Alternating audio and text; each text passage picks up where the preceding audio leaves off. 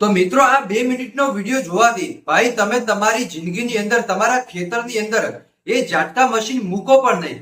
ભાઈ તમે ઊંઘમાં હશો ને તો પણ તમે એમ જ વિચારશો કે આપણે આપણા ખેતરની અંદર ઝાટકા મશીન નથી મૂકવું. કેમ કે આ ખેડૂતને જે ભેંસ જોડે જે થયું અને પછી જે આ ખેડૂત ભાઈએ કીધું એ જોઈને તમારા હાથમાંથી પણ આંસુ આવી જશે.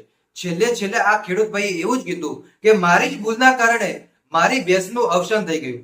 એક નહીં પરંતુ 10 ભેંસોનું અવસાન થઈ ગયું. મિત્રો હવે તમે લોકો સાવધાન થઈ જજો. કઈ રીતે તમે તમારી ભેંસ બચાવી શકો એની માટે તમે એકવાર આ વિડીયો ચોક્કસપણે જોઈ લેજો. હવે ચાલો આપણે આજના આ વિડીયોની શરૂઆત કરીએ. વિડીયોની શરૂઆત કરીએ એની પહેલા એક લાઈક કરી નાખજો.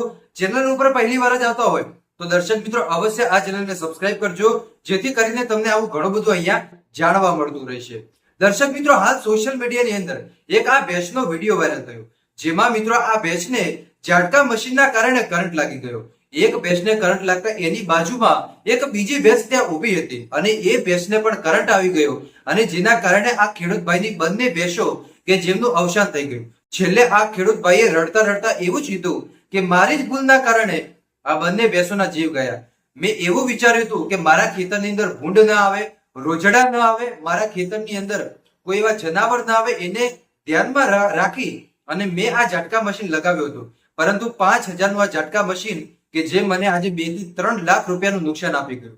એ ખેડૂત ભાઈએ પોતાની જિંદગીની અંદર એક નિયમ લઈ લીધો કે હું મારી જિંદગીની અંદર ક્યારેય મારા ખેતરની આજુબાજુ ઝાટકા મશીન નહીં લગાવું. તો તમને પણ અપીલ કરું કે તમે પણ તમારા ખેતરની આજુબાજુ ભાઈ ઝાટકા મશીન ન લગાવતા, અને ઝાટકા મશીન લગાવવું હોય તો તમે એકવાર આ વિડીયો જોઈ લીધો ને ભાઈ, તો હવે તમે પણ ન લગાવતા. કેમ કે મિત્રો એમને પણ જીવ હોય એટલે ખાસ કરી અને સાવધાન રહેવું, સતર્ક રહેવું. બસ આજ માટે આપણે આટલું જ રાખીએ. બાકી આ વિડીયો બનાવવાનો મતલબ મારો એટલો જ હતો કે તમે પણ હવે સાવધાન થઈ જાઓ ને તમે પણ આ ઝાટકા મશીન ન મૂકો. બસ આજ માટે આપણે આટલું જ રાખીએ.